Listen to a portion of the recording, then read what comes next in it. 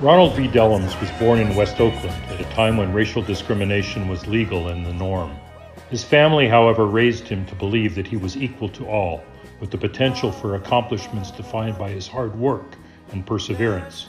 In his youth, Ron got sidetracked and almost didn't graduate from high school.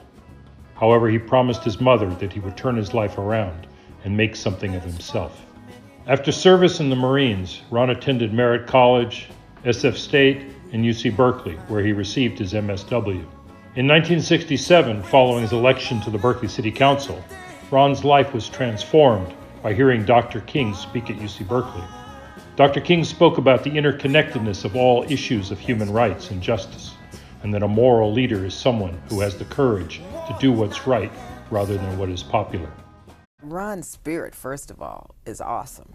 He is a political person, a public servant, but he has this inner strength and this spirit and this sense about himself where he could kind of figure out everything. And then he's one of the greatest statesmen, and he's a warrior, and he's very clear on the nature of progressive politics, and Ron always has been a unifier. The only question I want you to ask is it right? If it's the right thing to do, then do it, regardless. And so Ron's principles and his integrity are to behold. In 1970, the people of Oakland and Berkeley sent Ron Dellums to Congress. For 27 years, he took stands against war and for social justice. His positions defined the progressive end of congressional policy debates. Democrats and Republicans alike held him in the highest esteem for his principled positions, his brilliance, and his integrity. Despite decades-long opposition to U.S. military policy, he was elected chair of the powerful House Armed Services Committee. Ron was a founding member of the Congressional Black Caucus and the first Democratic Socialist in Congress. Holding steadfast to Dr. King's teachings, Ron served as the inside leader working with outside organizing. He was a leader in the fights for peace and democracy and against military interventions around the world. Compelled by poet-activist June Jordan, Ron led efforts to end genocide in Bosnia. A leading environmentalist, Ron introduced the first federal climate change bill.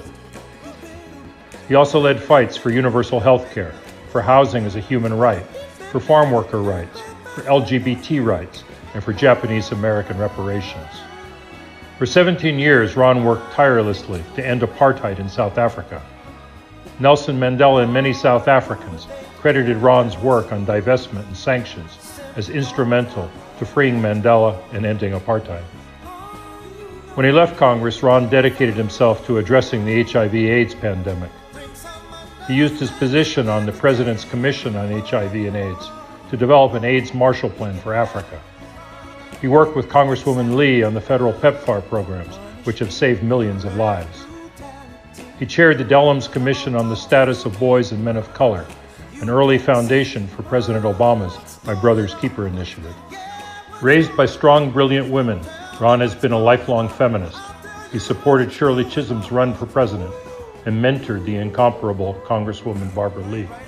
At the age of 70, Ron Dellums left a comfortable life in D.C. to respond to the call of service by a broad coalition of Oaklanders who recruited him to run for mayor. Ron inherited a government on the verge of bankruptcy, a police force corrupted by the Writers' scandal, insanely high crime rates, and a city hall influenced by private developers.